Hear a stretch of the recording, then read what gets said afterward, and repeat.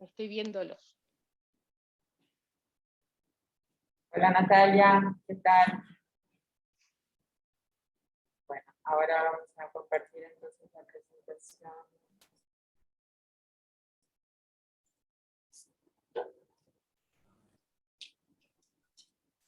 Hola.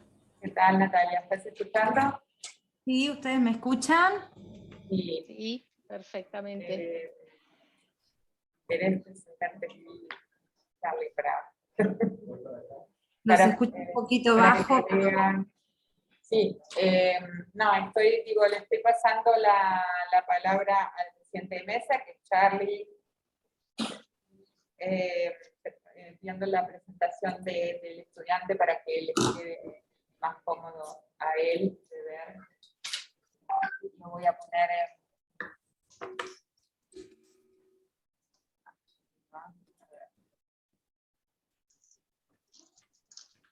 solo uno.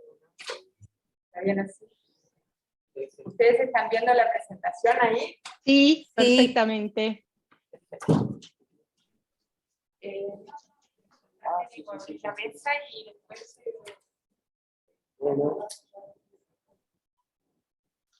queridos miembros del tribunal, profesora Cristina Genot, tras el placer de encontrarlos a todos, estamos aquí en este momento tan importante que es la exposición pública de una tesis, un trabajo solitario que realiza el tesista, cuenta con el acompañamiento de su orientadora. Anticipo que en este caso es percibible el trabajo de su orientadora, ya entraremos en detalle. Doy la bienvenida también al resto de los miembros del tribunal. Como es de uso y costumbre, las autoridades de la UDE van a abrir el debate. Y bueno, ¿no? Vamos, luego de la presentación del tesista, del candidato a la maestría en educación, vamos a, si tenemos el honor, de escuchar la palabra de la doctora, si quisiese hacer uso de ella, y luego vamos a pasar a cada uno de las miembros del tribunal que expresarán su parecer. Sin más, le doy el uso de la palabra a Susana en representación de las autoridades de la UNE. El video a 25 de enero de 2022. En la Facultad de Ciencias de Educación se reúne y constituye el tribunal encargado de juzgar la tesis de maestría en educación de Don Nilson Méndez de Sousa, RG 146020. El título de la tesis es Violencia practicada por los alumnos de la escuela pública de la Arayao Muyarí. Una contribución para su comprensión a partir de la subjetividad de los docentes. Y ha sido dirigido por la doctora María Cristina Perón Cachola a los efectos de la obtención del título de magíster en educación. El tribunal, aprobado por la coordinación de la maestría en acuerdo con el decanato de la Facultad de Ciencias de Educación de la Universidad de la Empresa, está integrado por los siguientes doctores: Carlos Alberto Palomo, que es el presidente de la mesa, doctora Cecilia Molinari, doctora Natalia Costa Ruiz, siendo ahora un poquito más de 130, porque vamos a y en la aplicación de la normativa vigente. El tesista da comienzo a su exposición sobre los fundamentos de la investigación, la metodología, el contenido de las conclusiones, pone especial mención a sus aportaciones sobre el tema. A continuación, los miembros del tribunal expondrán las observaciones sobre la tesis leída y oídas las respuestas del tesista a las cuestiones y objeciones formuladas por ellos. El presidente invita al tutor a que formule las cuestiones y objeciones que considere oportunas. Posteriormente, el tribunal se reúne en sesión privada para dar el fallo final y otorgar la calificación. Entonces, tienen de 30 a 40 minutos para exponer. Susana, ele não está aparecendo? Tem uma pessoa que não está. Todos están viendo la presentación. Una pessoa que não está.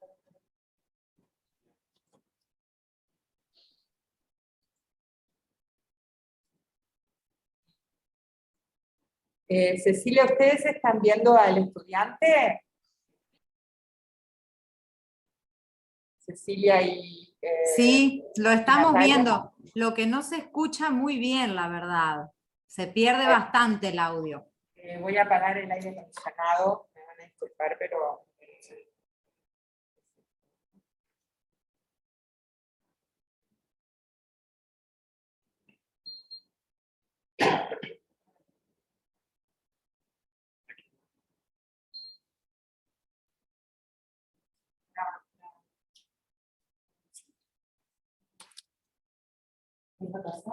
¿Ahora se escucha mejor? Creo que se escucha mejor, sí, ¿eh? Bueno, habla fuerte la micrófono. Gracias. A la mía. Boa noite a todos. Depois desse processo, eu comecei o mestrado aqui em 2015. Eu acho que, a priori, é relevante fazer alguns agradecimentos. E eu gostaria de agradecer a todos os professores que contribuíram para a minha formação, porque nós passamos aí por um processo bastante árduo, mas de bastante amadurecimento, né? Aprendi muito. E hoje a gente está aqui apresentando o produto de tudo isso.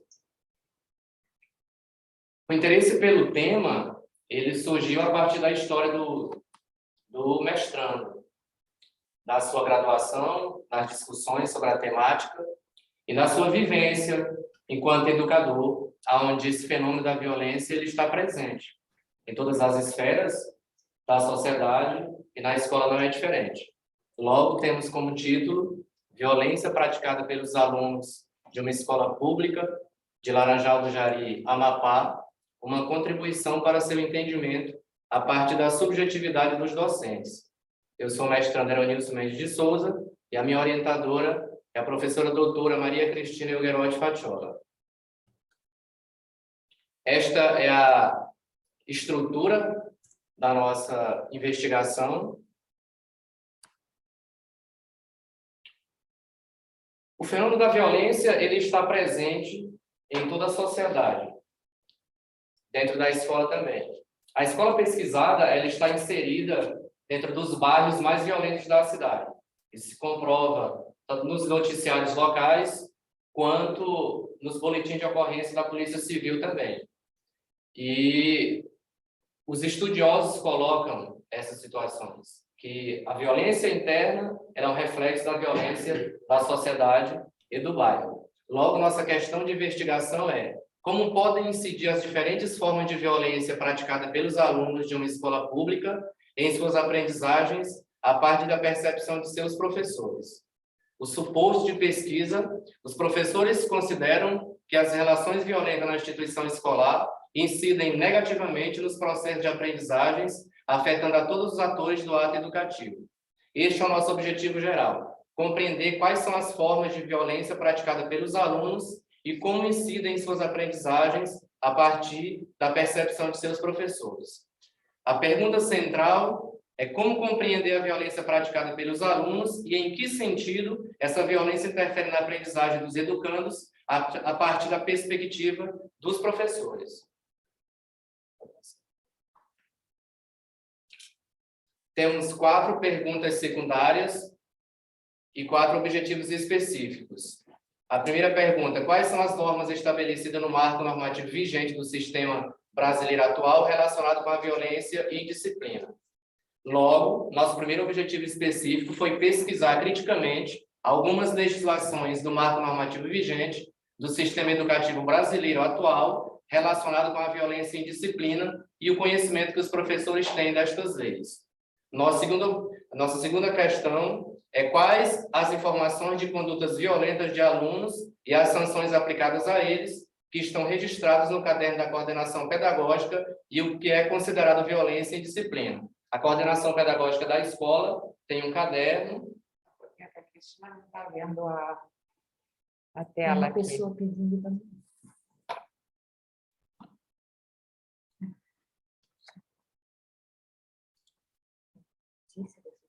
Sim, só que ela não está vendo.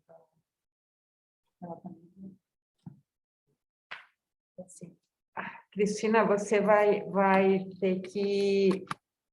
deixa eu ver se eu consigo compartilhar a tela aqui com você.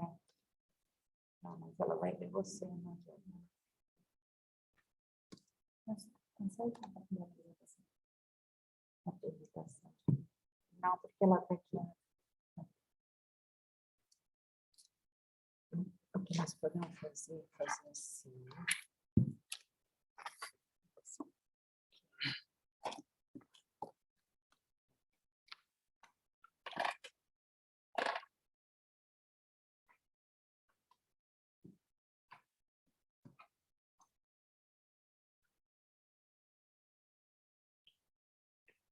Dando continuidade, a escola possui um caderno onde as pedagogas registram as condutas que os alunos praticam de violência ou de indisciplina.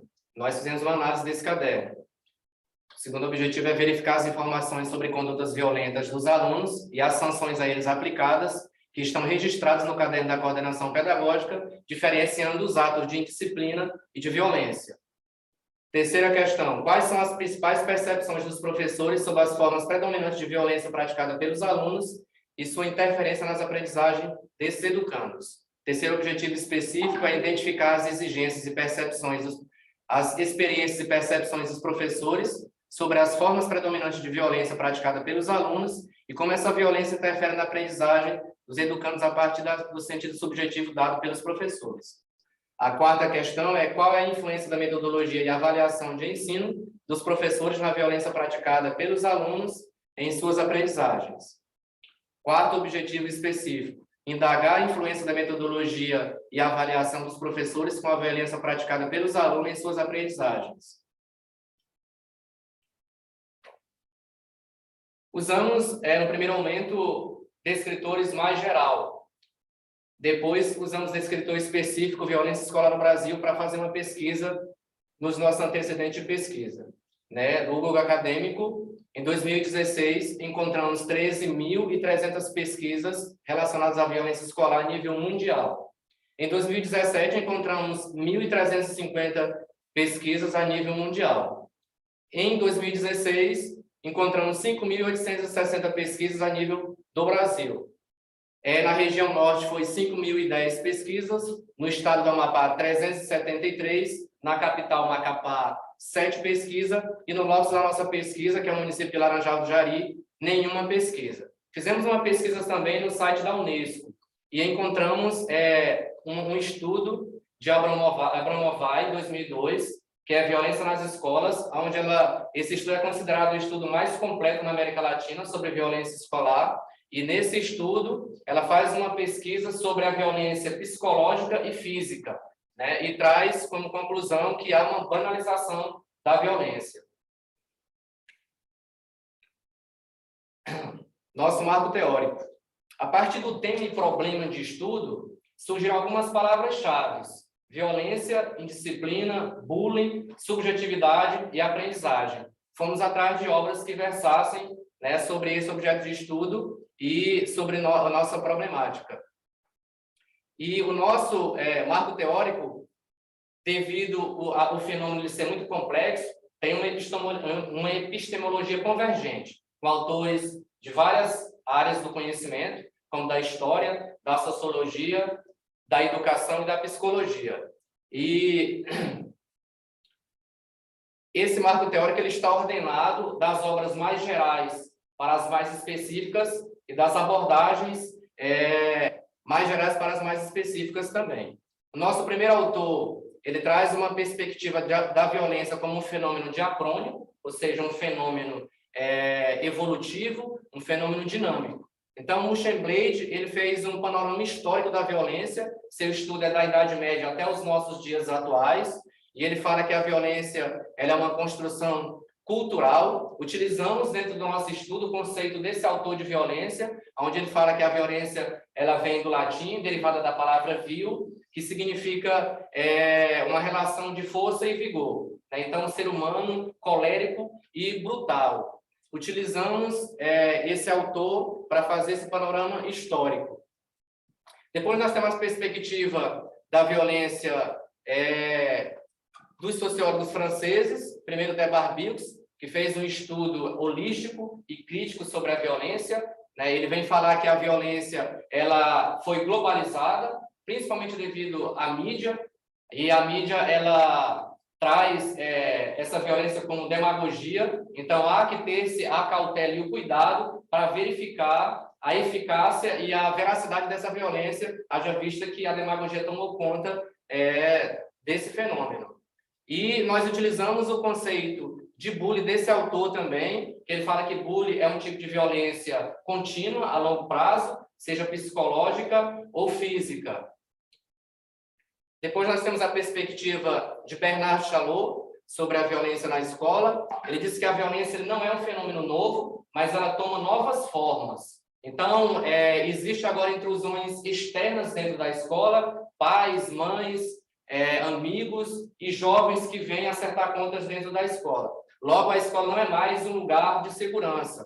Ele diz que há necessidade de se fazer distinções conceituais desse fenômeno da violência. Há a violência na escola, que é a violência que acontece dentro do seu recinto. Há a violência à escola, que é a violência contra a natureza e as atividades da escola. E a violência da escola, que é a violência institucionalizada, a violência simbólica, praticada pela escola. Essa violência ela reproduz a ideologia da classe dominante e seus valores. E ele diz que a violência que está dentro da escola é um reflexo da violência que está dentro do bairro e da cidade. Temos a perspectiva de Santos, onde ele coloca que a violência escolar ela é um reflexo da fratura das duas instituições, escola e família. Logo, essa violência ela faz com que alguns jovens, principalmente das populações menos privilegiadas financeiramente, eles possam usar a violência como um ganho de vida, ou seja, no narcotráfico ou na criminalidade. Para trabalhar o conceito de indisciplina, nós trouxemos a perspectiva de Aquino, Júlio Graup Aquino. Aquino ele faz o questionamento: qual que é o papel da escola? É apenas de reproduzir os conteúdos clássicos ou é o papel de normatizar os indivíduos? Para compreender essa violência que está dentro da escola, ele diz que temos que ter dois tipos de olhar. O olhar sócio-histórico, que traz os condicionantes culturais. No início do século XX, a escola ela tinha aquela dever de controlar os corpos e a mente. O aluno ele tinha que ser quieto e silencioso. Só que nós temos agora alunos com novas demandas. E a escola continua arcaica, ela continua aquela escola antiga. E o olhar psicológico. Né? Os alunos deveriam receber na família alguns valores seriam necessários para que eles pudessem ter uma convivência harmônica dentro da escola, como solidariedade, cooperação, alteridade. Quando ele chega na escola, ele não reconhece a autoridade do professor, porque não está familiarizado com isso. E as regras e as normas que são viabilizadas dentro da escola também não é discutido coletivamente, logo eles não se identificam com essas regras e com essas normas. Então, a disciplina é justamente os alunos não seguirem e burlarem essas regras e essas normas. E ele fala que a relação professor-aluno ela é fundamental para esse processo de uma educação mais democrática. E, partindo dessa perspectiva, é interessante estudar a metodologia e a avaliação do professor.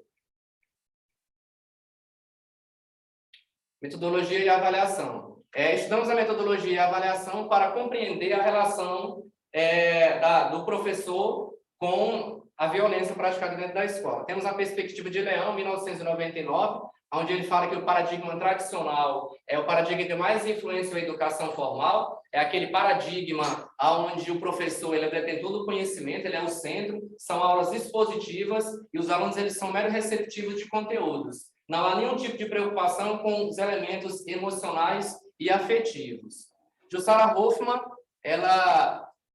2010, ela traz uma pesquisa onde ela estudou a percepção dos professores e alunos para saber o que eles compreendiam sobre a avaliação. E essa compreensão, ela é uma compreensão de julgamento dos resultados alcançados, né? Ela vem diferenciar dois tipos de avaliação: a avaliação classificatória e a avaliação mediadora. A avaliação classificatória é a avaliação dos exames dos processos seletivos, como no Brasil o Enem, o PISA, que seleciona alunos, né, para entrar na universidade. A avaliação mediadora seria aquela avaliação onde o professor ia diagnosticar a dificuldade de aprendizagem e trazer significados na vida deles. E ela coloca que essa avaliação, devido a ser burocratizada, ela traz um peso. Há horários, há uma semana de prova, e aí os alunos, naquele momento, eles não conseguem se desenvolver.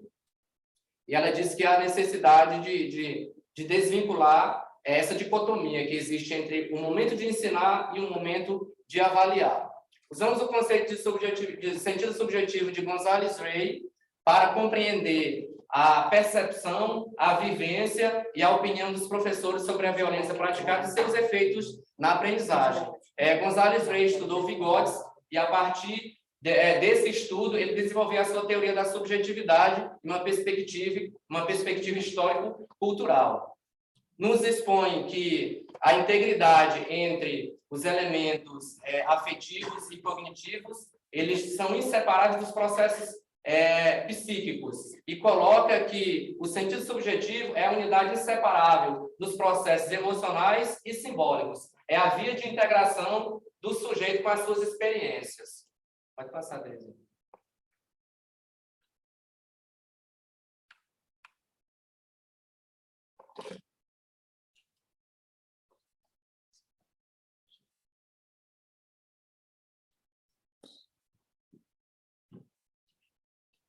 Nossa investigação é de uma abordagem qualitativa, ancorada nas ideias de Cecília Minayo, a investigação do tipo descritivo, segundo Gil, e hermenêutico, ou seja, interpretativo. E o paradigma é fenomenológico, segundo Trivinos, 2012. Aqui nós temos os processos e os procedimentos de coleta e análise de dados. Para o objetivo específico, nós fizemos aí uma análise, um estudo, né, crítico, hermenêutica dedutiva dos conteúdos dessas leis, que é a Constituição Federal de 1988, o Código Penal Brasileiro, o Estatuto da Criança e do Adolescente, a LDB 93, 94, 96, e o Regimento Interno da Escola. E a primeira pergunta da entrevista. Para o nosso objetivo específico 2, nós fizemos uma leitura intencional, né, do caderno de registro da coordenação pedagógica. No primeiro momento, elaboramos um registro quantitativo, depois fizemos a análise e, posteriormente, a interpretação e tabulação dos dados. Para o objetivo específico 3, fizemos as entrevistas semi-estruturadas com os professores, com as perguntas 2, 3, 4, 5 e 6, e fizemos uma análise de conteúdo dessas respostas. Para o objetivo específico 4, fizemos entrevistas semi-estruturadas com os professores, com a pergunta 7, e, posteriormente, a análise de conteúdo.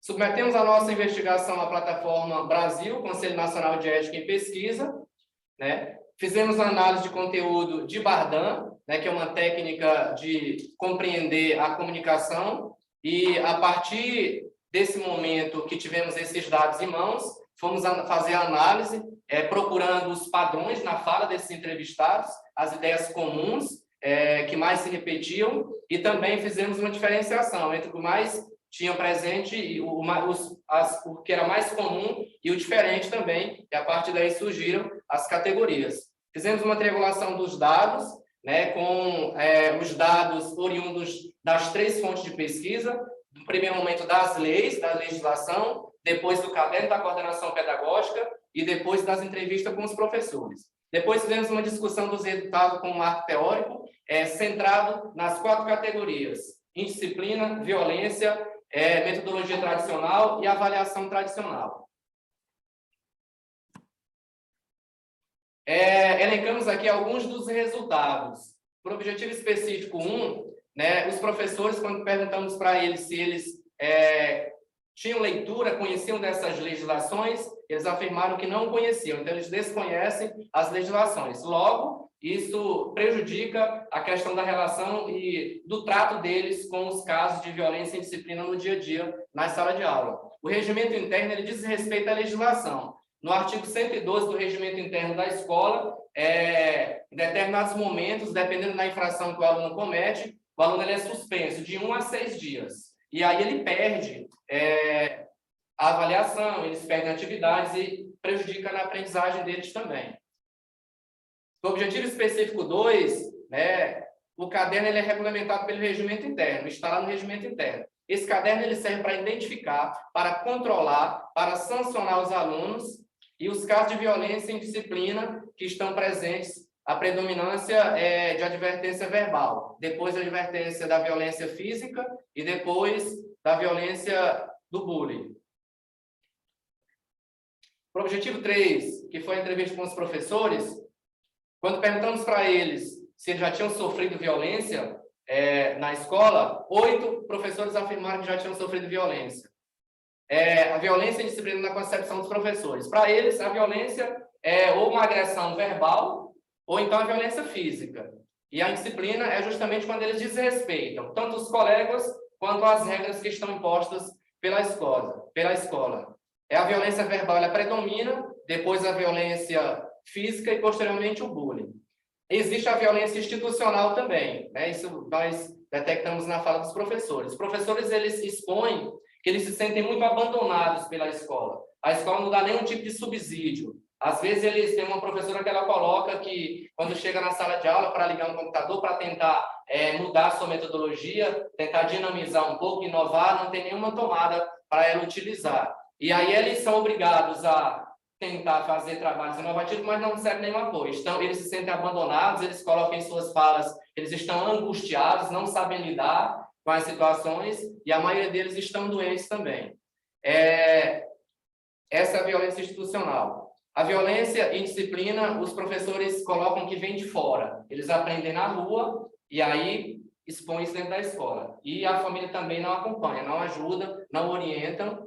Alguns professores, quando há algum fato de violência na sua sala de aula, eles encaminham, 7 professores encaminham alunos para a coordenação pedagógica. Mas uma professora, ela expôs que, como a escola ela não resolve os problemas, ela se encaminhou diretamente para a delegacia da mulher. Dos 12 professores entrevistados, todos afirmaram que a violência interfere na aprendizagem. Interfere na aprendizagem porque os alunos são vítimas da violência, eles se isolam. Eles ficam tímidos, eles não participam e a maioria ficam até sem vir para a escola. E os que praticam a violência são expulsos, portanto, interfere na vida tanto dos agressores quanto das vítimas. Que a relação do professor-aluno interfere na aprendizagem. Alguns professores se preocupam, colocaram que quando há uma situação eles conversam, dialogam, mandam chamar os pais, mas alguns professores não têm essa paciência, logo alguns alunos têm mais facilidade com a aula de determinados professores do que de outras. O quarto objetivo, a punição dos alunos indisciplinados ou violentos pela avaliação. Os professores utilizam para avaliar e também aqueles que são expulsos, eles não ficam prejudicados, porque não participam das aulas, logo não aprendem. A metodologia tradicional gera desinteresse e as diretrizes metodológicas de avaliação estão no regimento interno. Tudo lá burocratizado, então os professores, mais que queiram fazer algo diferenciado, tipo passar um trabalho que não seja ali dentro daquele horário, de tudo que é estipulado pela coordenação pedagógica, pela direção escolar, eles não podem fazer isso. Considerações finais e recomendações. Então, o objetivo geral, ele foi atingido, os objetivos específicos atendidos, as principais formas de violência, a violência verbal, física e o bullying, a violência em disciplina ensina em suas aprendizagens, a metodologia tradicional e a avaliação tem influência na prática dessa violência, e a relação professor-aluno, ela é fundamental também, isso pode intensificar ou diminuir a violência dependendo dessa relação. A violência institucional e a transferência de responsabilidade. A escola culpabiliza a família, e automaticamente a família culpabiliza a escola e ninguém resolve o problema. né? A violência dentro da escola, ela foi, segundo a perspectiva de alguns professores, ela já está naturalizada, é normal, é comum. E aí nós trouxemos aí a perspectiva de Hannah Arendt sobre a banalidade do mal. São aquelas pessoas que praticam, por exemplo, os procedimentos burocráticos sem ter empatia, sem ter flexibilidade, sem ter bom senso, e aí deixa de ver aquela questão mais humana. Estudos posteriores. Realizar estudos posteriores com os alunos que tiveram seus nomes mais vezes citados no caderno da coordenação pedagógica. Estudar as formas e consequências da violência praticada pelos professores contra os alunos, né? Ou seja, a perspectiva dos alunos nesse novo estudo. Investigar as condições de trabalho dos professores, como eles colocaram, que tem muitas dificuldades, que não estão assistidos. Realização de pesquisas específicas sobre as formas de violência verbal, sobre o bullying, sobre a violência física também. E algumas de nossas referências. Muito obrigado.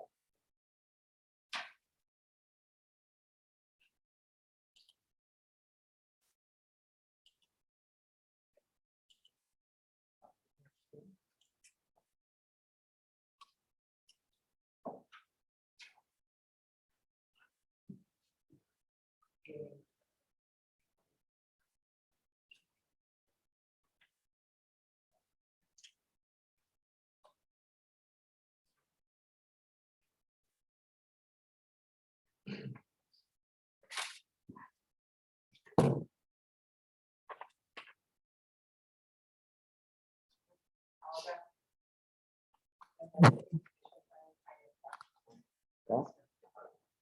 Bom reencontrar os membros do tribunal, que aqui estamos. Então, se vocês consideram, a professora doutora Cecília Molinari poderia começar a expressar o seu parecer. ¿Cómo no? Está no ¿Me uso da escuchan palavra. bien? ¿Me escuchan? Escuchamos ¿Sí? muy bien. Escuchamos muy bien. Perfecto. Bueno, Nilsson, antes que nada, te quiero felicitar por haber concluido este proceso que te llevó unos cuantos años. Me parece que tu presentación fue muy buena y muy coherente. Y quisiera hacerte algunas preguntas, 2 preguntas sobre la tesis. ¿Sí? Sí. Perfecto. Primeramente, tú trabajás, descubrís en el curso de tu investigación varios tipos de violencia. Sí. Hablás de la violencia que ejerce la institución sobre los alumnos entre sí, los alumnos contra los profesores, ¿sí? Sí. Entonces, yo te quisiera preguntar si para ti entra, digamos, todo en la misma bolsa de violencia escolar. ¿Te parece que son, cómo ves? Si te parece que son problemáticas muy relacionadas o que tal vez haya que tratarlas por separado. La pregunta no comprendo. La relación, en principio, quería que me comentes entre los distintos tipos de violencia que tú encontrás.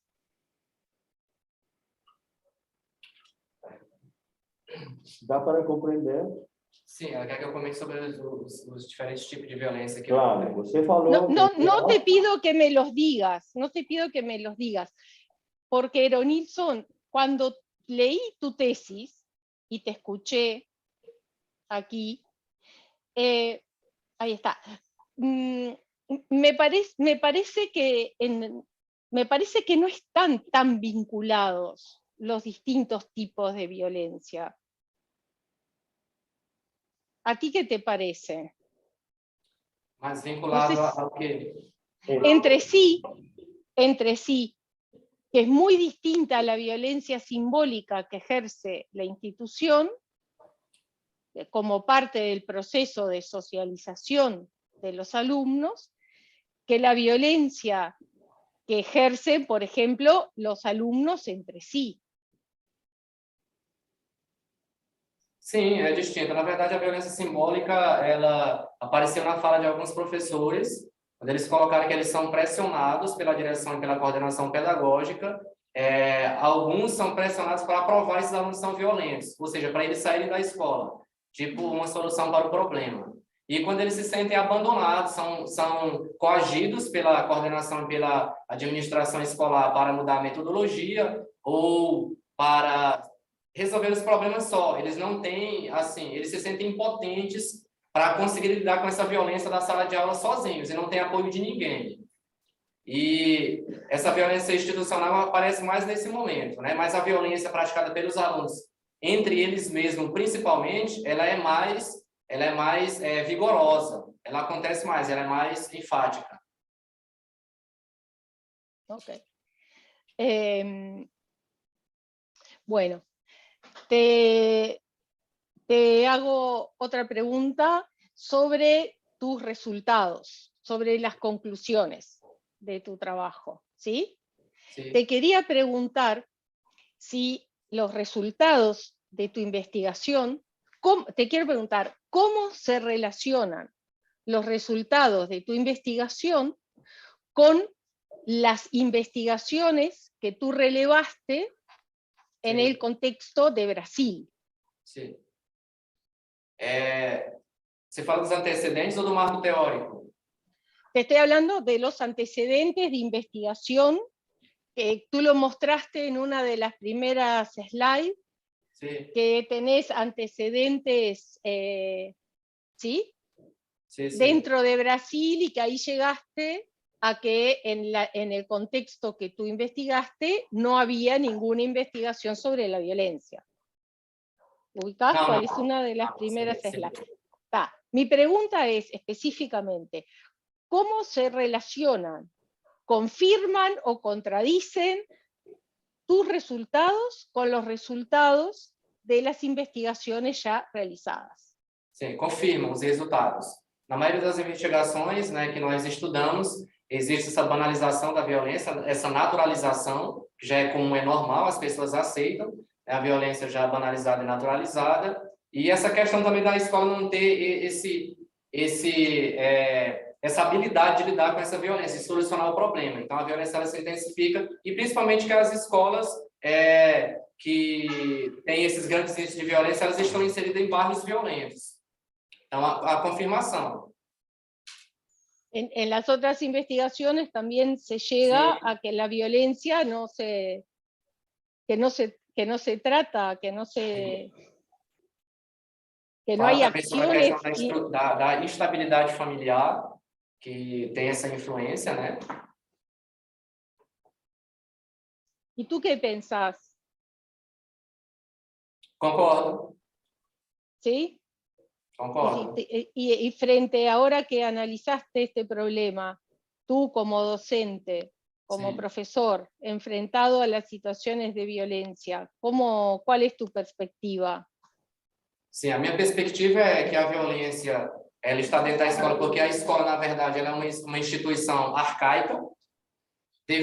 Nós temos aí alunos que, como diz um autor que inclusive eu estudei aqui, chamado Prensky, são nativos digitais, nós somos imigrantes digitais, né? Os alunos eles têm novas demandas, eles têm novas perspectivas, mas a escola ela continua arcaica, ela continua do século XIX. É uma escola que ainda trabalha com essa questão militarizada, até a forma de organização ela é assim, um atrás do outro, não tem interação, o professor ele se sente a autoridade, né, o detentor do conhecimento, nesse paradigma tradicional, e há essa desvalorização da questão emocional e afetiva, transformam-se os alunos em números, inclusive até na chamada, não chama-se pelo nome, como se eles não tivessem identidade, é pelos números, e aí a escola ela é uma instituição que ela não está preparada para poder receber essas pessoas, né, modernas. Por isso que os alunos eles preferem ficar na tecnologia, ao invés de ficar assistindo aulas enfadonhas, ultrapassadas e chatas. Bueno, muchas gracias. Graças.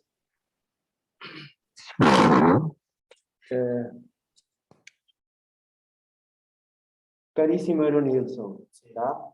Eu sei que você passou muito tempo aqui na UD, que você já conhece a instituição, então eu não vou falar nada que você não saiba. Como professor, você sabe que existem dois grandes grupos de avaliações, avaliações. Um tipo de avaliação, bom, você trabalhou a violência, assim que sabe que existe um tipo de avaliação que é violenta, que é punitiva. No outro extremo, existe uma avaliação que é uma avaliação formativa. Em termos gerais, eu conheço também a instituição, faço parte faz muitos anos, mesmo que eu sou um jovem bonito, tá? Mas conheço muito bem o espírito que a UD tem.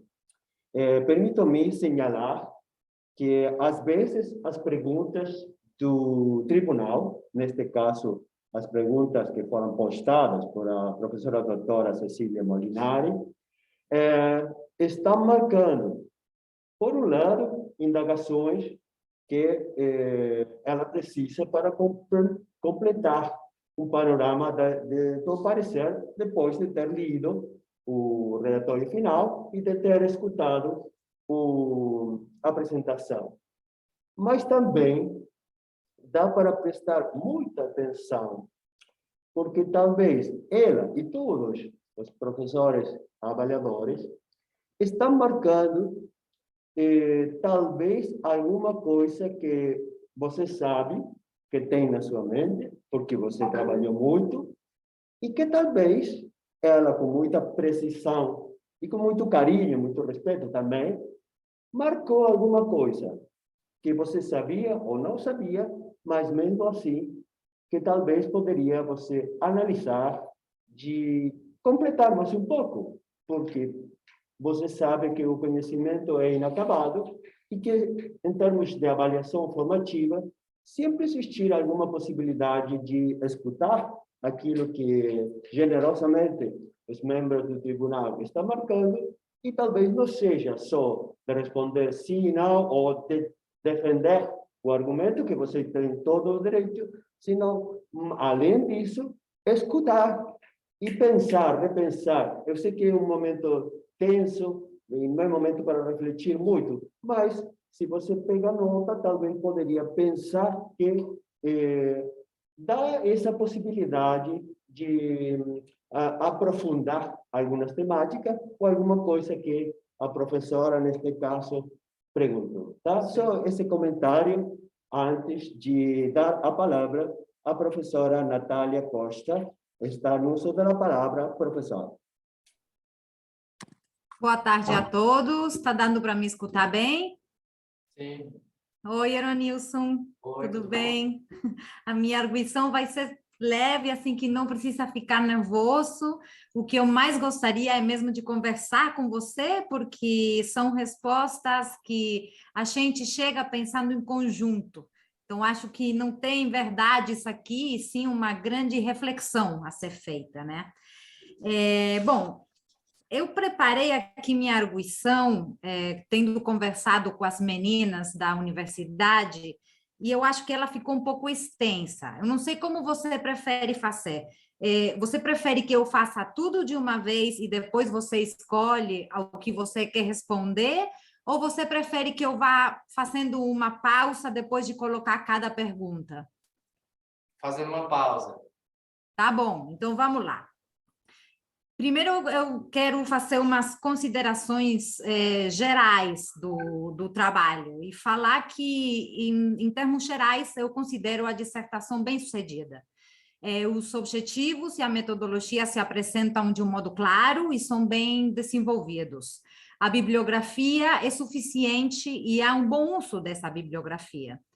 Eu fiquei com vontade de saber mais, por exemplo, sobre os métodos de ensino não tradicionais ligados à aplicação pedagógica das teorias construtivistas em especial as de Jean Piaget, que você menciona na página 45, e dedica a ela apenas um parágrafo. Eu fiquei com vontade de escutar um pouco mais, saber um pouco mais sobre isso.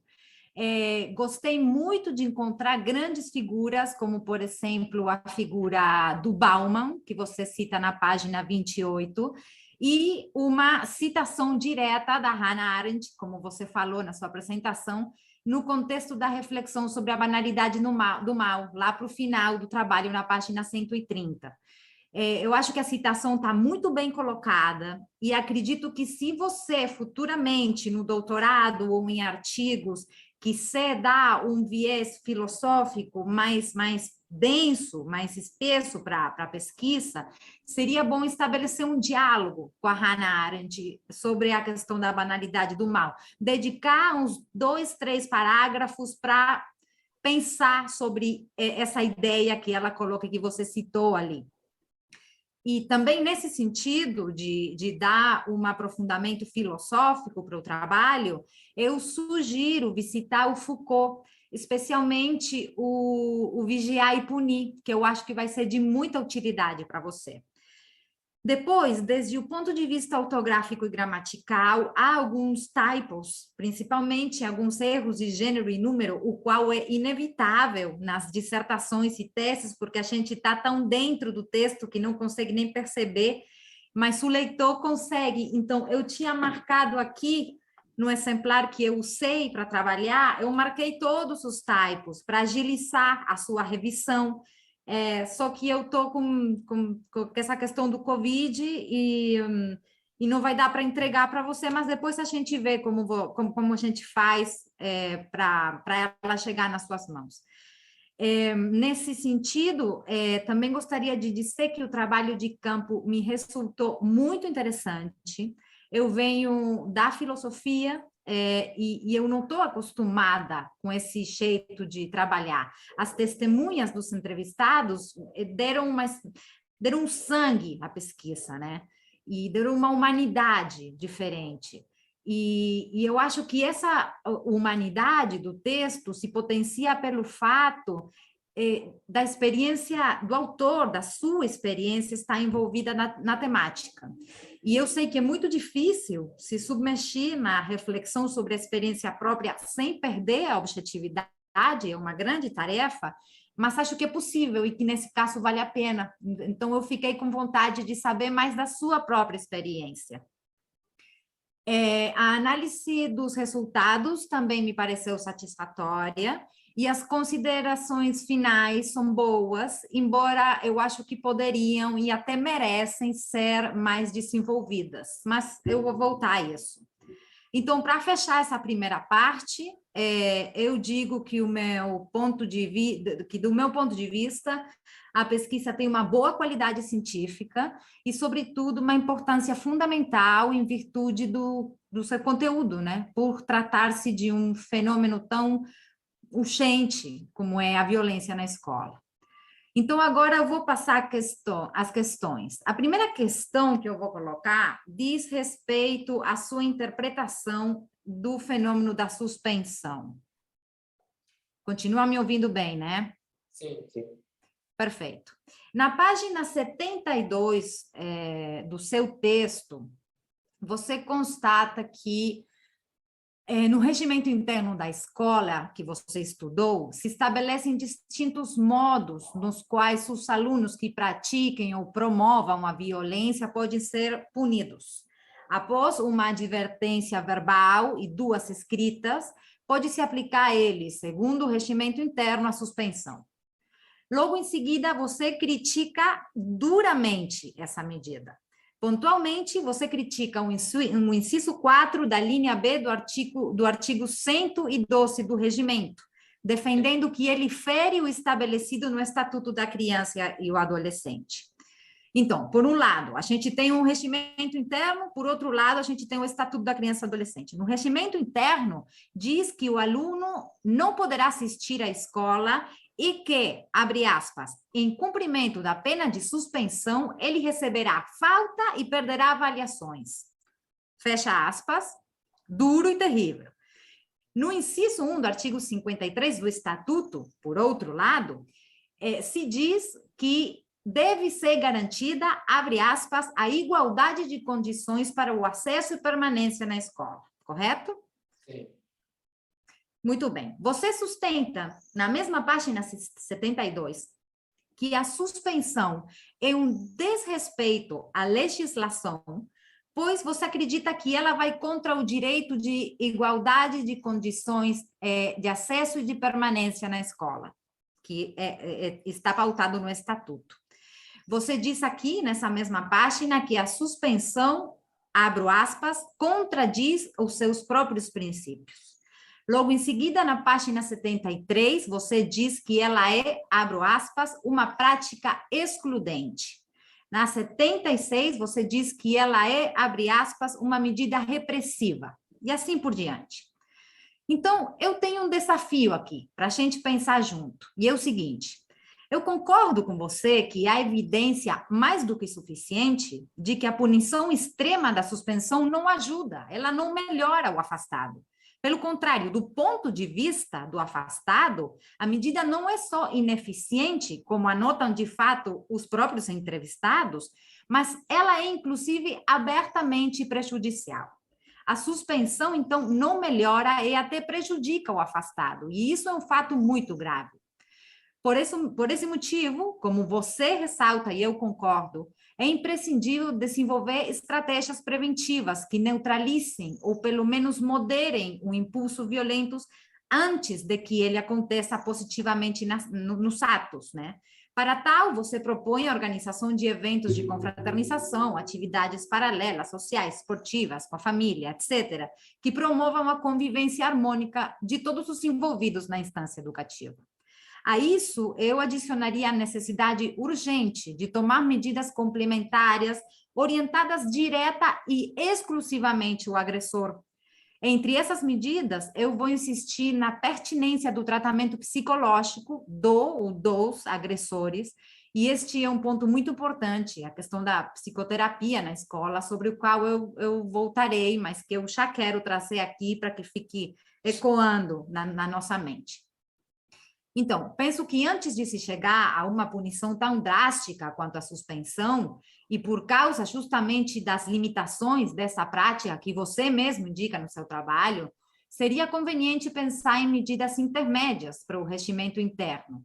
Por exemplo, acredito que a medida segundo a qual o aluno perde o direito de participar nas instâncias de avaliação, nas provas e tal, essa medida deve ser revisada e talvez ser precedida por uma medida mais leve. Por exemplo, ainda que suspenso, o aluno poderá participar das avaliações, sendo que elas serão realizadas em uma data distinta da turma, em dia e horas reservados para as provas dos alunos problemáticos e assim por diante. Porque se os agressores suspensos tiverem a oportunidade de manter um vínculo com a escola, de não perder a avaliação, isso seria uma coisa, seria salvaguardar o direito deles, né? E poderia levar por um bom caminho. Seria a oportunidade deles manterem um vínculo com a escola, mesmo afastados. No melhor dos mundos possíveis, que, como se sabe, não existe, cada um desses alunos problemáticos teria ao seu dispor um professor de apoio para se preparar. Nas suas conclusões finais, de fato, você fala de um auxiliar de professor. Pois bem, esse acompanhamento dos alunos problemáticos talvez poderia ser encarado por esse auxiliar. No mundo real, no entanto, esta medida deveria ser pensada com maior profundidade porque há várias dificuldades a considerar e eu não vou me estender mais a esse respeito. De fato, eu vou voltar ao ponto que me interessa. E o que me interessa é a sua crítica da suspensão como medida que desrespeita a lei, ou seja, como medida ilegal, contraditória, excludente, repressiva e todo esse tipo de adjetivo que você colocou para falar da suspensão. Indo direto ao ponto, eu acho que aqui há algo problemático, eu não sei se dizer que a crítica está errada é demais, mas eu acho que pelo menos ela é excessiva. Ela faz um barulho, me fez um barulho, e me fez pensar em outras alternativas hermenêuticas, né? Porque alguém poderia interpretar diferente, alguém poderia dizer, por exemplo, que a suspensão é tudo o oposto do que você coloca, que longe de ser ilegal, excludente, repressiva, ela não só é uma prática legítima, mas é uma prática profundamente justa e democrática. Veja bem, a sua pesquisa demonstra que a violência na escola atenta contra a essência mesma do aprendizado. A violência perturba a aula e, quando acontece de forma crônica e recorrente, pode não só dificultar o aprendizado, mas impedi-lo completamente.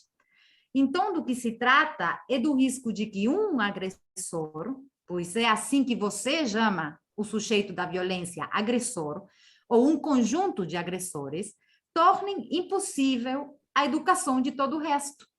Na página 101, você constata este fato importantíssimo, quando diz que, abro aspas, basta um aluno violento ou indisciplinado para atrapalhar as aulas, influenciar os outros, etc.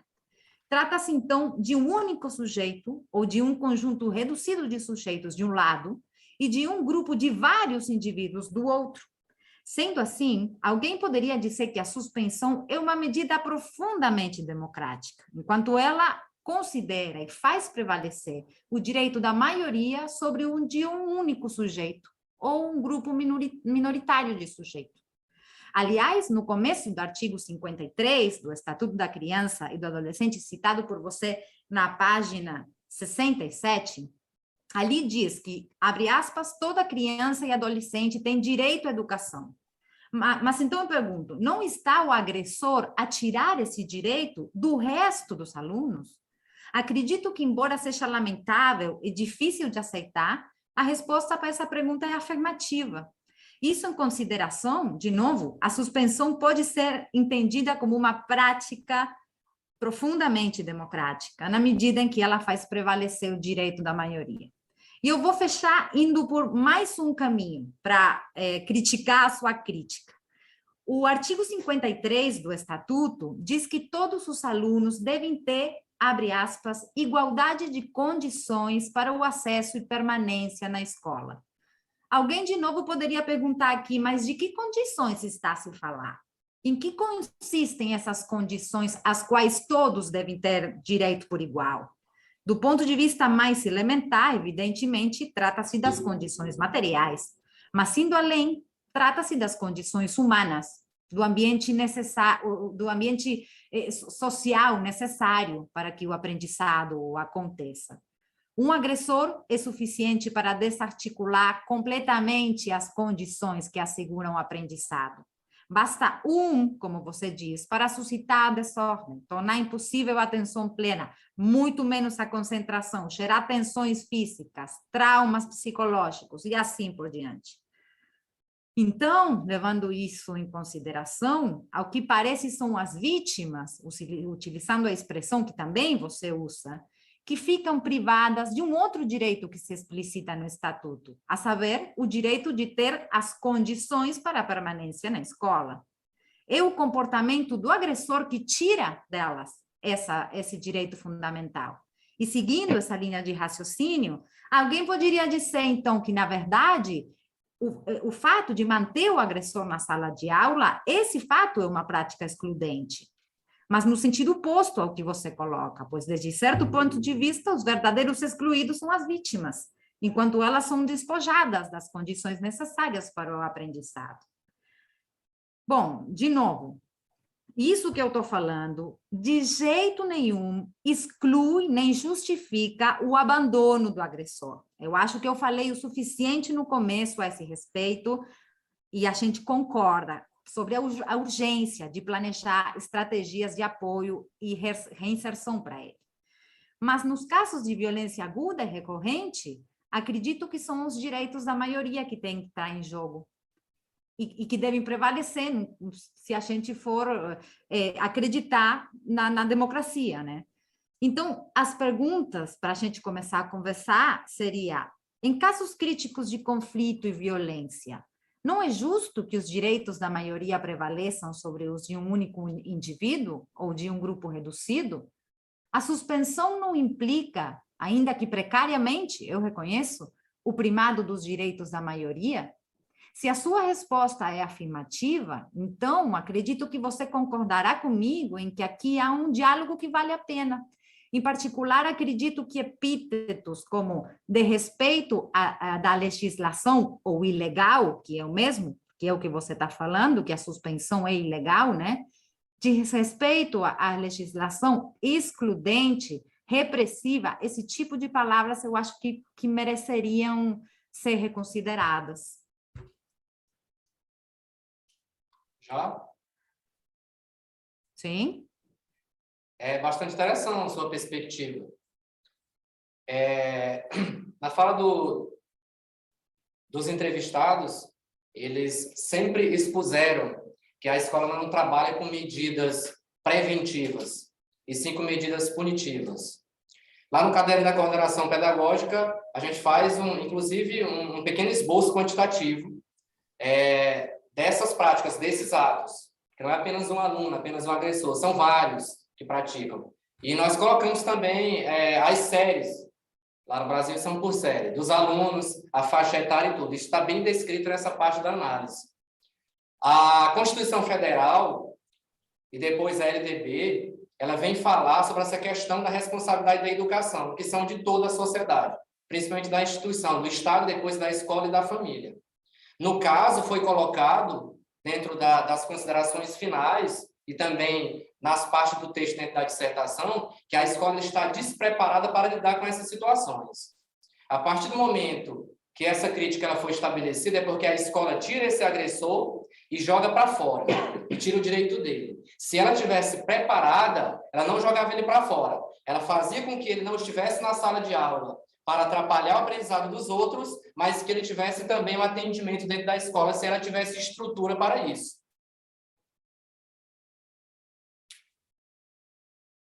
Sim, mas o fato é que ela, assim, o que você está colocando é a situação como ela é, né? O que a gente está tentando pensar é como poderiam ser encontradas alternativas, principalmente nesse contexto da suspensão do aluno. Sim. Lá nas considerações nós colocamos, inclusive foi uma das suas falas, essa questão da assistência com todos os profissionais, dentre eles o psicólogo, porque esse aluno que está dentro da escola, que ele é um agressor, ele tem problemas externos, principalmente dentro da família. E aí, por isso, ele traz esse comportamento. Né? Na perspectiva do Aquino, ele coloca essa questão do viés psicológico. Ele não recebeu na família os valores necessários para que ele pudesse ter um comportamento adequado para viver dentro daquela instituição. Logo, ele também é uma vítima. Ele também é uma vítima da sociedade, uma vítima da família, uma vítima, né, dessas questões que faz com que ele tenha aquele comportamento. Se a escola trabalhar para que ela possa ter esses profissionais e os lugares adequados para trabalhar com esse agressor, não deixar com que ele atrapalhe a sala de aula, o decorrer da aprendizagem dos outros alunos, mas também não expulsar ele. Isso foi proposto. Por isso a escola desrespeita. Dentro do seu... E também foi colocado para que seja reformulado tanto o regimento interno quanto o projeto político-pedagógico da escola, que ele seja compartilhado e discutido com as famílias e com todos os componentes da escola. Que Total. Não, eu concordo, sim, eu lembro do que você está falando, mas ainda assim eu sinto que a minha questão não foi respondida, porque a minha questão é uma questão hermenêutica do jeito que você interpretou a ilegalidade e a exclusão no contexto da suspensão, né? Você foi muito duro e colocou adjetivos que me impactaram como leitora, né? Me impactaram muito. Ilegal é uma coisa muito forte que pode até trazer consequências, né? Eu acho que é muito importante a gente ter cuidado com as palavras. Você colocou ilegal, e você colocou excludente, e você, enfim, colocou essa crítica da suspensão. Tudo que você falou agora, eu concordo com você, eu fiz vários parágrafos aqui falando do não abandono do aluno problemático. Mas o meu ponto não é esse. O meu ponto é a sua crítica à instituição da suspensão, para além das medidas que ambos concordamos precisam ser desenvolvidas, tanto no regimento interno quanto tudo mais, em relação ao agressor. Eu acho que você tem que ter cuidado, realmente. Pensa depois, pensa nisso. Talvez você chegue na conclusão de que o que eu estou falando não tem nada a ver, mas eu fiquei com a sensação de que há uma interpretação possível na qual a suspensão é tudo o contrário do que você fala, entendeu? É tudo o contrário.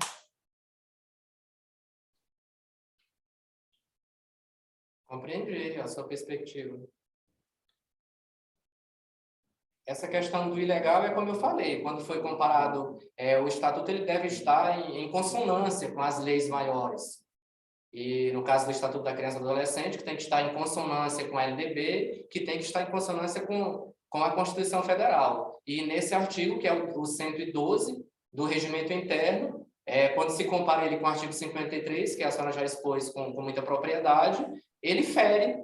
Então, a palavra ilegal vem justamente colocar isso. Então, aí que eu estou colocando. Eu acho que agora você está compreendendo mais a minha questão. Eu acho que ele não fere a legislação, pelo contrário, eu acho que se a gente for fazer uma outra interpretação possível, a gente chega à conclusão que, em vez de ser ilegal, ou seja, de ferir a legislação, ele justamente é supremamente legal. Ele é absolutamente democrático. Por quê? Porque ele está priorizando, está fazendo prevalecer o direito da maioria sobre o direito de um indivíduo ou de um grupo de indivíduos. Eu gostaria de falar sobre essa questão. Quando é colocado lá no artigo 53, inciso 1º, ele usa a palavra todo. Então, nenhum aluno pode ser excluído. Ele usa a palavra todo aluno tem direito de acesso e permanência. Logo, ele não pode expulsar. A escola não pode. Ela deveria ter estrutura para saber lidar com a situação. Ele usa a palavra todo. Logo, nenhum pode sair. Mas no estatuto também se diz que tem que ter igualdades de condições. Todos têm acesso, mas se há algum que está tirando a condição do outro, até onde a gente pode interpretar esse todos os alunos? Me explico? Porque tem um aluno que está fazendo com que o acesso e a permanência dos outros alunos, mesmo que eles consigam entrar fisicamente na escola, o ambiente, as condições, como é colocado no texto, as condições para o aprendizado não estão dadas. Então, eu acho que esse todos aí que você menciona não é simplesmente ler o que está no regimento, na palavra morta, e depois ler no que está do estatuto e tirar uma conclusão das palavras tal qual elas estão lá, porque há muitas interpretações possíveis para essas palavras. Isso foi uma análise dedutiva. Foi a minha interpretação. Mas eu também vejo essa perspectiva, que eu ainda não tinha olhado, o que você falou. Mas a gente foi levado justamente por essa palavra todo, e nessa situação da escola não ter estrutura adequada para poder saber lidar com o problema. Exatamente. Por isso que eu falei no começo que me fez barulho e que suscitou outras alternativas hermenêuticas. Então, ótimo que a gente chegou aqui nesse final, nesse diálogo, porque eu vou passar para você esse meu texto para ir com cuidado, né? Ler com atenção, e eu acho que seria interessante revisar essa parte, sim. Tudo bem. Acho que já me passei bastante do tempo, não cheguei nem na primeira parte da arguição. Deixa eu escolher o que eu tenho aqui para falar, porque não vai dar para falar tudo. Bom, vamos lá. O segundo ponto é as relações de poder dentro da escola. Esse vai ser o segundo tópico. Então, várias vezes, você aponta que dentro da lógica da escola trabalhada, existe uma relação de poder entre professores e alunos. Eu gostaria de escutar um pouco mais o que você entende como poder, de um modo geral, e o que você entende como poder na específica relação entre professores e alunos dentro da escola. Embora você não defenda explicitamente, eu fiquei com a sensação, por momentos, de que você se posiciona contrário a essa relação de poder entre professores e alunos. Eu vejo nisso um ideal atraente, mas penso em seguida que, sei lá, que é um ideal inalcançável e até, em certo sentido, indesejável, né? Mas partindo da base de que você não entende algo tão extremo como que as relações de poder entre professores e alunos devam não existir, a pergunta é como você concebe uma possível relação de poder não viciosa, mas virtuosa no contexto da escola? Pode ir. Eu creio que essas relações de poder elas foram com a análise da metodologia dos professores, né? Alguns professores, digamos que não tendo habilidade de lidar com as situações, aí esse poder é institucionalizado. Os alunos, eles estão ali, eles sabem que eles estão submissos a determinadas punições. Então, essa relação de poder, ela acaba, de uma certa forma, influenciando nessa relação da metodologia com a prática da violência. Mas, como é muito burocratizado, fica difícil o professor trabalhar com outra metodologia, como alguns deles colocam, que até gostariam, mas eles não têm condições. Isso ficou bem enfático na fala deles. Eles estão abandonados, estão isolados, angustiados. Não sabem, em alguns momentos eles colocam, foi gravada as entrevistas, na própria entrevista eles se entalam, eles respiram. Nossa. Eles ficam angustiados, eles não sabem mais o que fazer. Então, essa relação, ela foi mais em alguns professores. Na maioria deles, eles estão também envolvidos em toda essa problemática. Sim, sim. Mas, assim, tipo, vou de novo com as perguntas. Você acha que não deveria existir uma relação de poder entre professor e aluno? Ou talvez a gente deva começar a mudar o nosso léxico e, para não falar em poder, sei lá, reivindicar uma relação de hierarquia? Não sei como que a gente poderia definir, mas me faz barulho o fato de sentir que você meio que está contra essa questão de uma diferenciação de... Entende o que eu quero dizer? Né? Então, eu gostaria de saber se você, realmente, o que você pensa em relação a isso e como você vê que essa relação de hierarquia, não vamos dizer de poder, pode ser uma relação virtuosa, que seja nutritiva para o professor e para o estudante. Vou utilizar o exemplo de um dos entrevistados, que é um professor recém-formado, uma formação mais recente. Ele colocou que na metodologia dele ele trabalha de uma forma diferenciada. Ele utiliza gravação de vídeos, ele tem aquela facilidade de lidar com os alunos.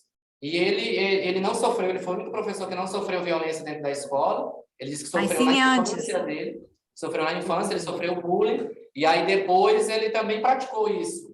Né? Se tornou violento. Se tornou violento. Mas que a metodologia dele é um pouco diferenciada. Então ele tem mais facilidade de lidar. O Júlio Groppaquino, ele coloca que a relação professor-aluno deve ser uma relação de companheirismo.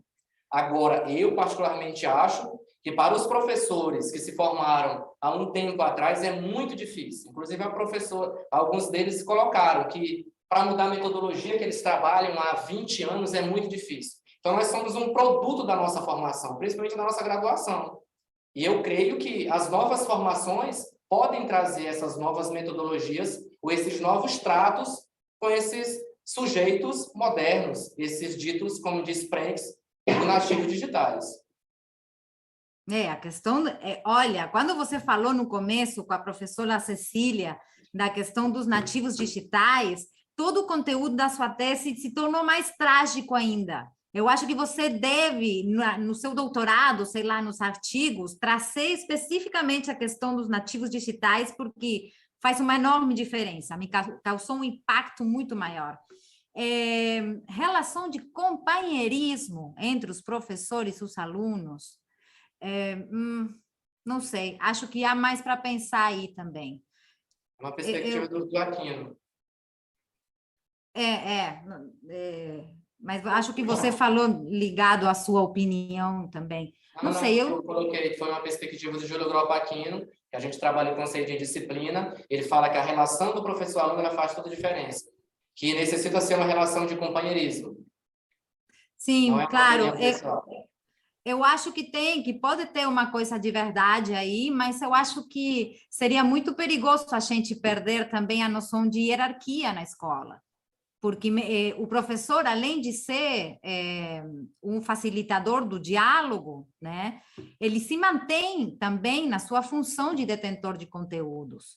Uma coisa não exclui a outra. Ele também está ali para dar os conteúdos, mas, ao mesmo tempo, para propiciar a capacidade crítica dos alunos por meio do diálogo. Então, uma relação de companheirismo, acredito que é própria do grupo dos alunos, que a gente precisa encontrar palavras para explicar um pouco melhor a relação dos alunos com os professores, mas que é mais complexa do que companheirismo, né? Bom, eu acho que eu tô já estou chateando todo mundo, porque está meio extenso, né? Não sei, quanto tempo eu tenho? Professora, eu acho que se você tem alguma questão que você considera muito importante, você poderia colocar a hora no oral.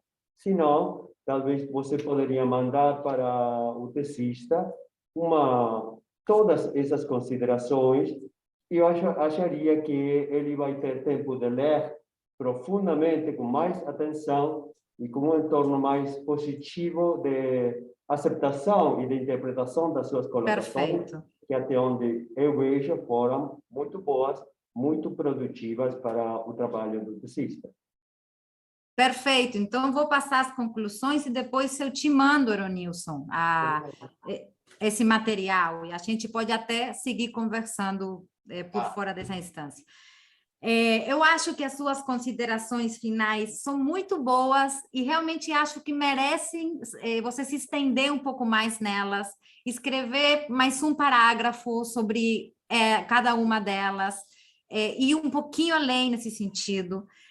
Eu fiquei contente de saber que você está pensando no futuro da investigação, trabalhar com os alunos. Fiquei morrendo de curiosidade de saber o que acontece na cabeça do agressor, principalmente, também das vítimas, mas principalmente do agressor. E eu recomendo muito você fazer um trabalho interdisciplinar e trazer um psicólogo, seja como coautor, seja como entrevistado. Não sei se você vai continuar no doutorado ou nos artigos, mas eu recomendo isso. E, bom, eu vou parar por aqui. Dito isso, eu parabenizo muito você e a sua orientadora pelo trabalho, e principalmente em virtude do conteúdo, porque eu acho que é uma coisa realmente de relevância destacada na época contemporânea, e a gente fica no aguardo da continuação do trabalho. É isso, parabéns. Obrigado, professor. Eu fico honrado. Agradecemos, professora, todas as suas colocações, e como presidente do tribunal, eu dou para mim mesmo a palavra, né? Bom, Eronilson, então, você me está vendo no presencial. Eu adoro a Câmara, por isso vou marcar assim, para que o resto do tribunal veja, mesmo que não sou bonito, mas elas têm direito, né? Elas têm direito. Bom, Eronilson, aqui tenho mais de 60 ou 70 marcações. E eu gosto de me divertir quando eu puder. Então, aqui tem marcações verdes e marcações vermelhas. As marcações verdes são coisas positivas que eu achei e que eu sempre gosto de marcar. porque eu sei que existe certo tipo de trauma, né, neste momento. Então, gosto de começar por marcar situações positivas, que se você continuar nessa vida acadêmica, gosto de marcar coisas certas. As marcações vermelhas são dúvidas, questões. O leitor, neste caso, o leitor avaliador, vai construindo também um novo texto, provocado por seu texto. Então, você me provocou muito, tá? Se você me aceitar, eu vou dar de presente grego, né? Porque não é, desculpe que não são flores nem bombom, né? Nem chocolate, nem flores. Mas talvez você, mais relaxado, possa dar uma ideia, além das marcações do papéis, tem outras considerações e comentários. Todos o melhor português que eu posso, tá? Tá. Não vou ler nada de tudo isso. Eu tenho um resumo, só para, como a professora Natália diz, não chatear os estudantes aqui presentes e os professores doutores também, na virtualidade e na presencialidade. Bom, vou fazer um resumo, digamos, de coisas boas e de outras questões que aparecem em mim como perguntas, né? O que quer dizer que eu tenho lido o seu trabalho? Isso. Acho que trata-se de um muito bom trabalho de pesquisa. É o primeiro que gostaria de marcar. E tem um excelente texto no marco conceitual. Você falou de teoria, mas eu prefiro falar... Obrigado.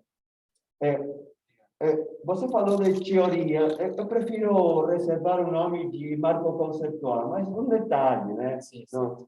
Não faz...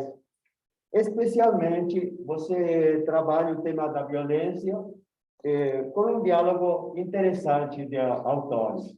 Você tem publicado essa parte do diálogo como se fosse comunicação de congresso ou artigo da revista? Não, eu conversei com a minha orientadora e ela me orientou a primeiro apresentar, depois nós veríamos. Seria muito bom, tá? Ótima sugerência. Considere, por favor, os comentários que a professora Cecília Molina fez das categorias, tá? Porque seria uma forma de aprofundar um texto que é bom, mas sempre um olhar diferente ajuda a isso, né? Tem um aparelho em geral, metodológico claro, lógico, na maior parte do percurso da pesquisa, tá?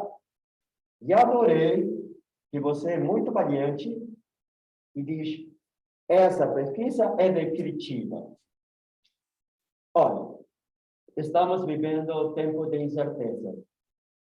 Ninguém tem a resposta de todo, mesmo que sejamos exigidos de ter resposta. Me explica como é que acontece isso. Eu não sei como acontece isso. Graças a Deus, posso reconhecer que um fato complexo acontece. Então, quer dizer que a pesquisa descritiva é menor, tem menos valor? Não, muito pelo contrário. Uma boa fotografia conceitual faz parte dos primeiros passos que é necessário. Então, marco a virtude que você assume que é uma pesquisa descritiva. Para explicar causas, efeitos, influências, terá a possibilidade, você, quando vai para o doutorado, outros pesquisadores, tá? É uma trampa que, às vezes, os educadores caímos nessa, porque somos demandados de explicar causas, tá? Tem uma muito boa... marquei também que você tem partes onde tem reflexão sobre si mesmo, sua tarefa própria de pesquisador. E isso é um valor muito importante. O pesquisador tem que refletir, é refletivo, tá? Porque não é objetivo. Você assume que é uma pessoa pesquisando, tá? Se mostra, se expõe. tem uma excelente triangulação instrumental. Utiliza diferentes instrumentos para fazer uma leitura vis-a-vis deles, para ver se falam no mesmo, são contraditórios ou o que for, né? Tem muito adequado análise dos dados achados, especialmente na parte normativa. Já sei. A Cristina diz que espera a apresentação para fazer uma publicação disso. Eu recomendo, especialmente, fazer uma comunicação em congresso ou numa revista, porque você tem conseguido um texto interessante de uma parte chatíssima. Nada mais chato que analisar normativa, viu? Mesmo assim, na tranquilidade da sua casa, considere as colocações da filósofa Natália da Costa, né? Esse pensar filosófico que te puxou para dizer, olha, você está seguro das coisas que está dizendo? E também, na tranquilidade da casa, talvez a solução seja muito fácil. Essa interpretação, você está bravo com a normativa. Então, para falar a verdade, tem brasileiro no peito, vamos falar a verdade. Você está chateado com isso, mas não traga toda essa bravura para a tese, porque a tese fica no relatório.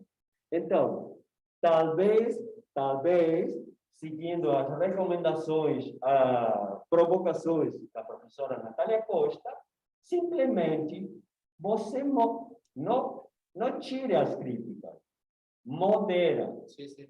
Porque se você quer seguir nessa carreira acadêmica, você tem que escutar como falam os doutores. Eles falam todo diplomata assim, sim, mesmo que estejam bravos com um tema, né? Mas seja prudente. Simplesmente isso. Não estamos pedindo você trocar suas ideias, sino moderar e até habilitar alguma ideia que a professora Costa marcou, que é a ideia contrária. Você habilita que, segundo seu parecer, as coisas são assim, mas também abre a porta para que outras interpretações sejam possíveis. Sim. Isso é contra você? Não.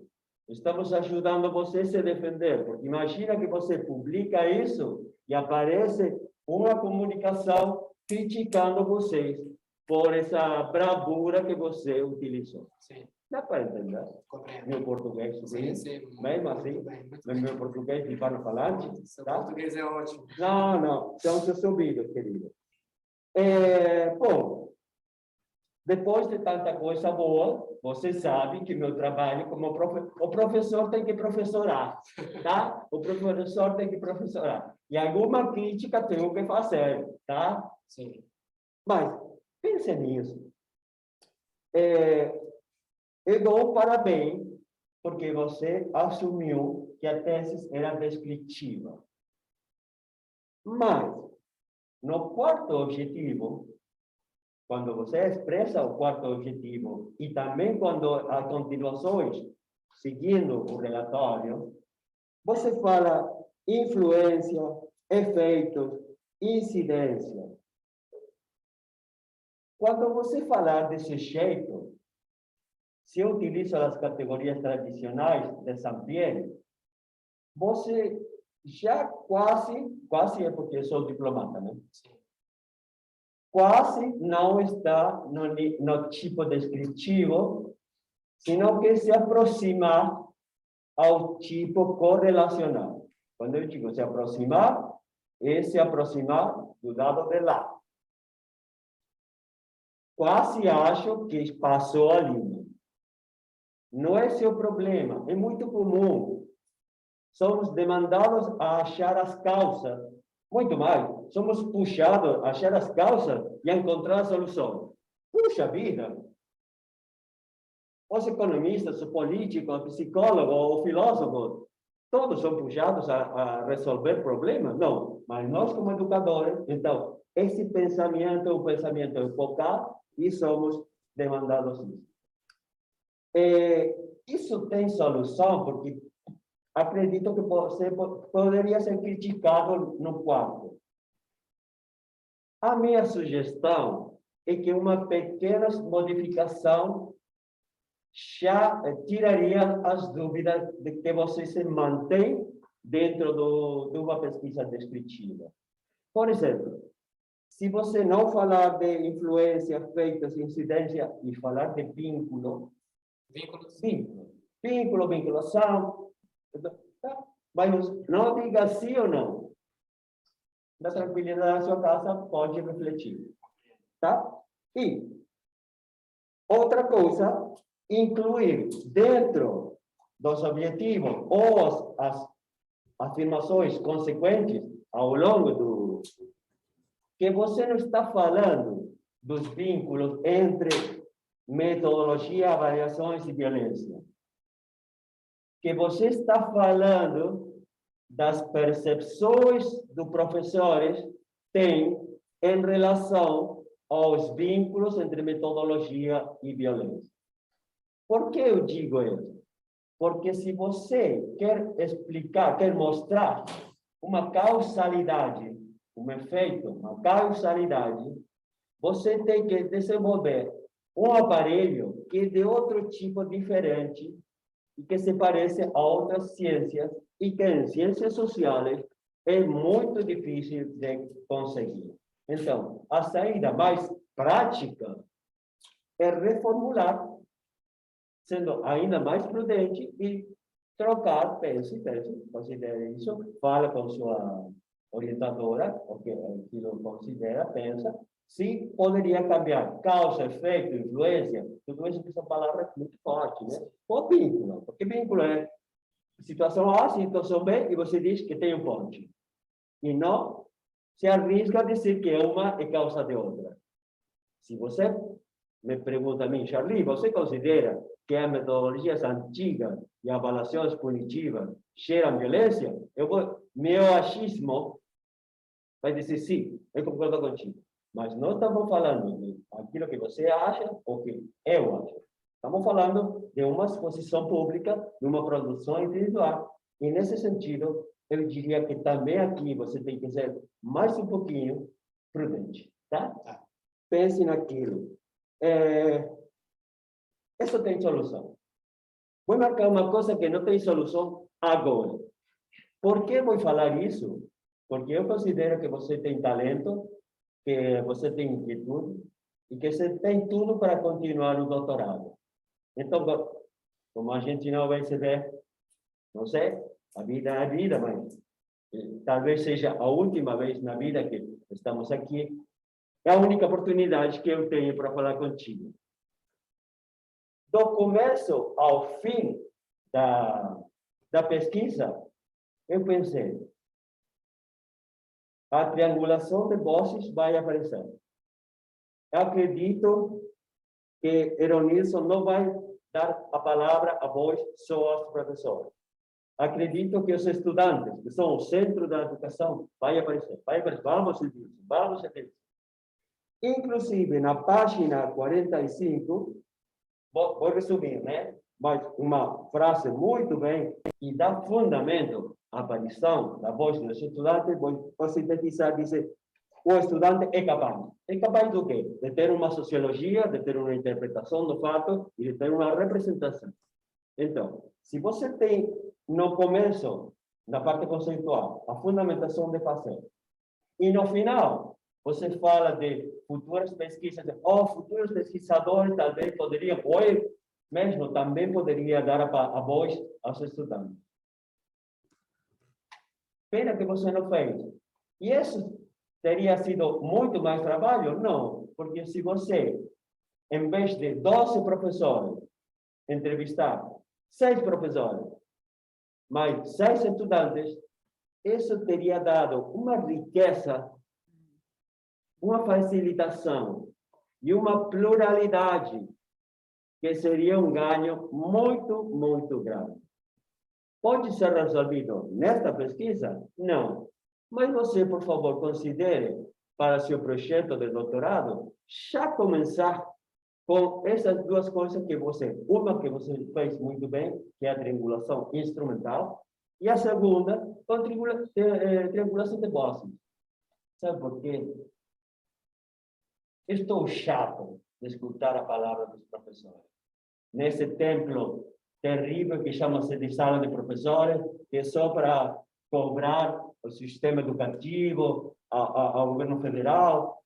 Para aí com a palavra do professor. Vamos dar a palavra do professor, mas também vamos escutar outras vozes, porque você diz, o aluno é capaz. Tá? Recomendação, não para agora, para o futuro.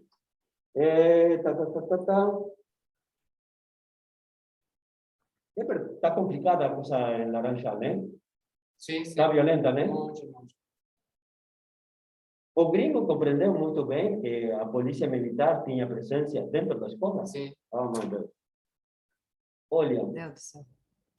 sabe que a pesquisa qualitativa pode utilizar observações e essas observações podem ter um registro fotográfico. Sim. Eu mataria por ter visto uma fotografia de um policial militar dentro da escola.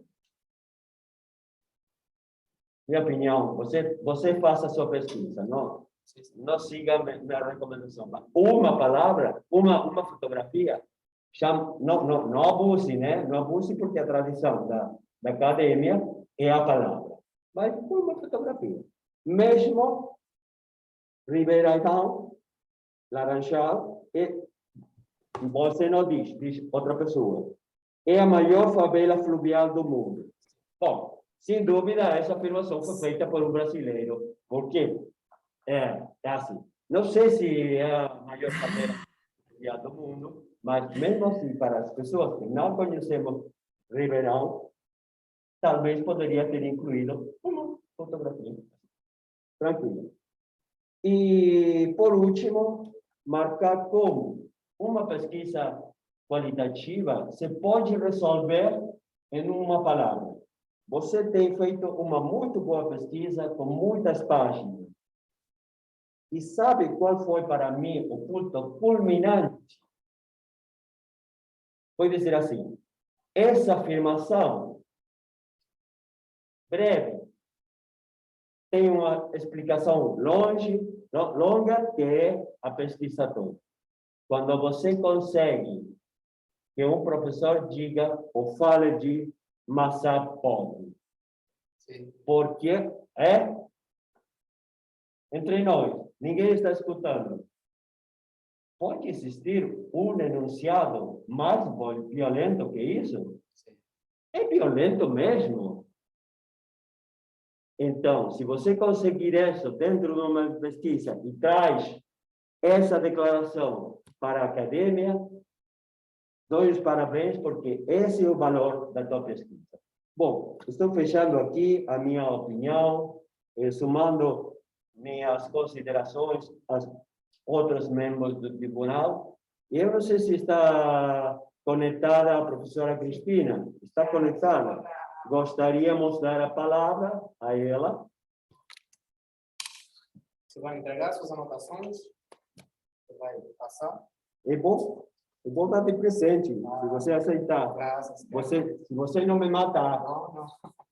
Cristina, Leia a semana que vem. eu vou... Agora você relaxa, vai beber cerveja. Daqui que eu chego no Amapá, vai dar tempo de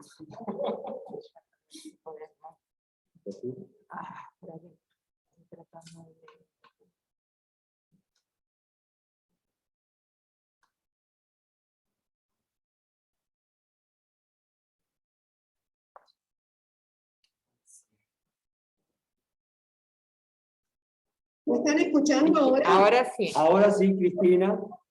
Yo Te estamos escuchando. Quisiera ser rápida porque esto se ha pasado mucho de la hora que debía ser, tuvimos nuestras complicaciones al principio.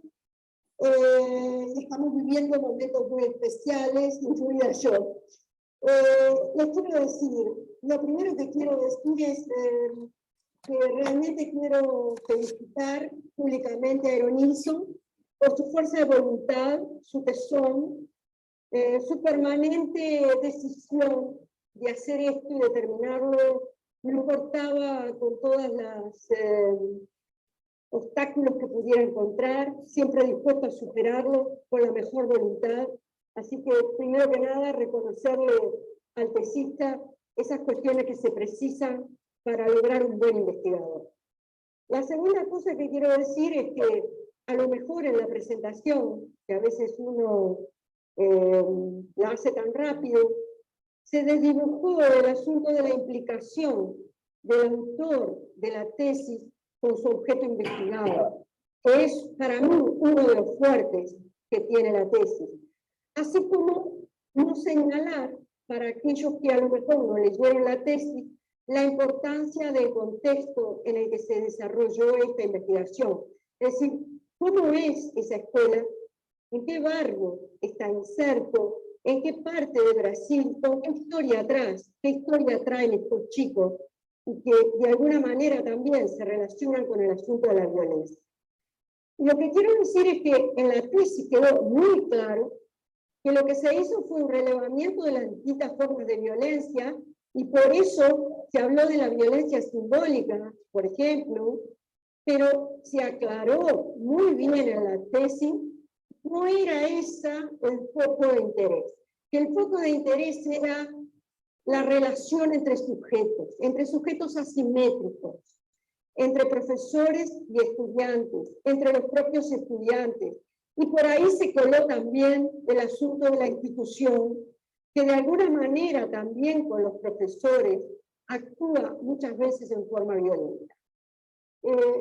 Quería decir también, era necesario decirlo, que esta es una muy buena tesis. Y eso está explicado en el debate profundo, largo, muy debatible que se dio hoy. Yo he asistido a muchas presentaciones de tesis y pocas veces la banca se toma el trabajo de debatir cosas muy profundas y necesarias para la educación.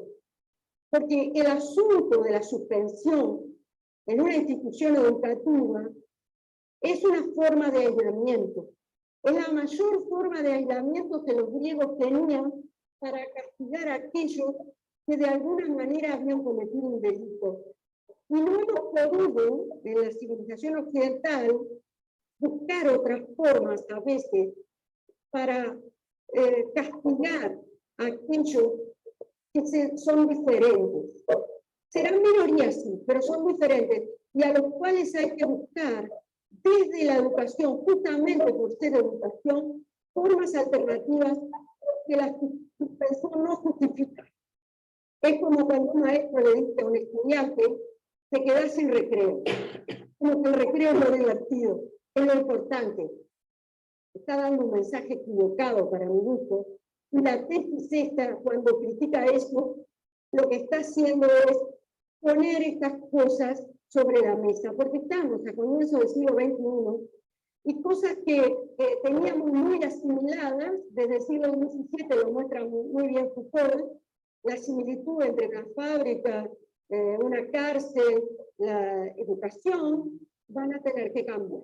Son las instituciones que van a tener que cambiar para poder comprender a los sujetos que, aunque decimos que somos todos iguales, como todos seres humanos, no siempre somos tan iguales. Y habrá que buscar mecanismos para resolver eso en esta diversidad. Por lo tanto, lo que yo creo es que Aeronilson ha dado un salto cualitativo en la realización de esta tesis, ha tenido una excelente voluntad, una excelente participación, me ha tenido que soportar mucho, y bueno, simplemente les agradezco a ustedes porque todo lo que escuché fue más que valioso. Gracias a todos por estar. Cristina, muchas gracias a ti. Tu participación, para nosotros silente, pero sin duda dialogada con el tesista, está marcada en el producto que tenemos nosotros para la evaluación. y seguramente tus palabras van a ser complementarias del panorama que nosotros estamos intentando formarnos del producto. Así que muchas gracias. Gracias a ustedes. En este momento, muy bien. Agradecemos a participação de todo mundo. Todo mundo começou hoje o dia de trabalho muito cedo, mas para todos os participantes, o público presente, futuros pesquistas, esperamos que as colocações sejam ideias que você possam tomar para o futuro e levar para suas próprias empresas. Tá? Damos parabéns para ti pelo trabalho realizado, sabemos que foi grande esforço. Então, o tribunal, aqui reunido, diante da tese de Eronilson Mendes de Souza, com o título Violência praticada pelos alunos de uma escola pública de Laranjal, de Xari, uma contribuição para sua compreensão a partir da subjetividade dos docentes. O tribunal considera que o trabalho está aprovado.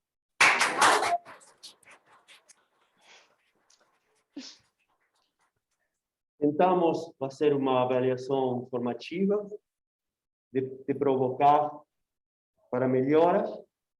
As melhoras se propõem para trabalhos que consideramos que estão no caminho certo, porque se o trabalho tivesse muitos problemas, qual é o sentido de propor melhoras? Esperamos que todas as considerações que já vimos sejam pelo menos lidas. Alguma delas vamos focalizar e vamos pedir que sejam concretizadas, se você puder. Tá? Pois é muito concreto para que você não tenha um horizonte de incerteza, senão especificamente esse ponto.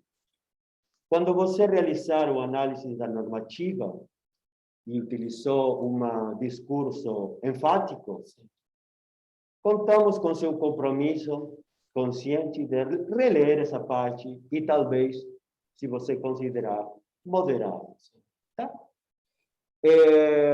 Revisar o quarto objetivo e aqueles termos de efeito, causa, consequência, influência, talvez moderar também para trazer todo o aparelho metodológico que foi muito bem feito, trazer todo para o território da descrição, que marcamos como uma coisa positiva.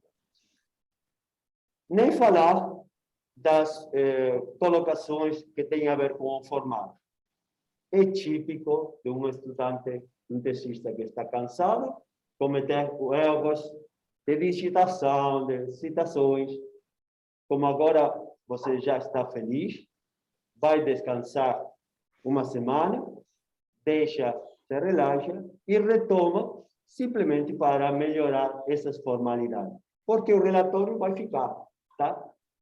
E nesse sentido também compreendemos, porque todo mundo passou por o mesmo, não, você não é exclusivo neste ponto, que o trabalho da tese é muito trabalhoso, né?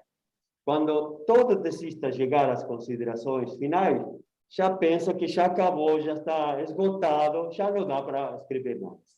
Agora que você está feliz, sem investir muito tempo e muito trabalho, deixa se pode fazer uma pequena extensão, alguma ideia, e retoma alguma coisa nas considerações finais.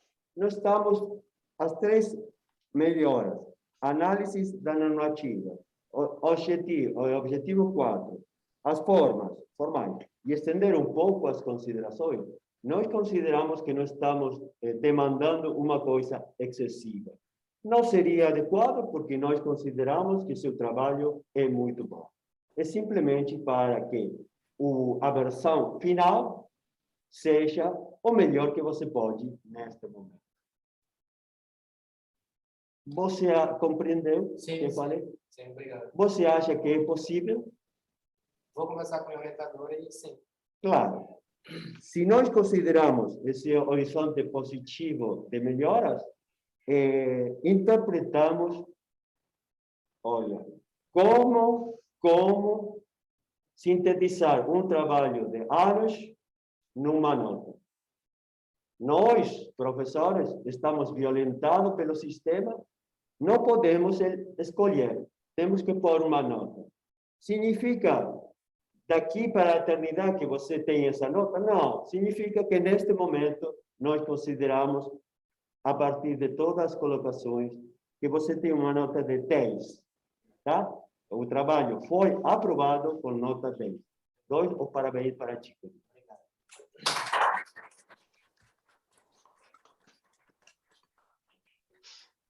Finalizamos assim esse maravilhoso ato acadêmico. Gracias.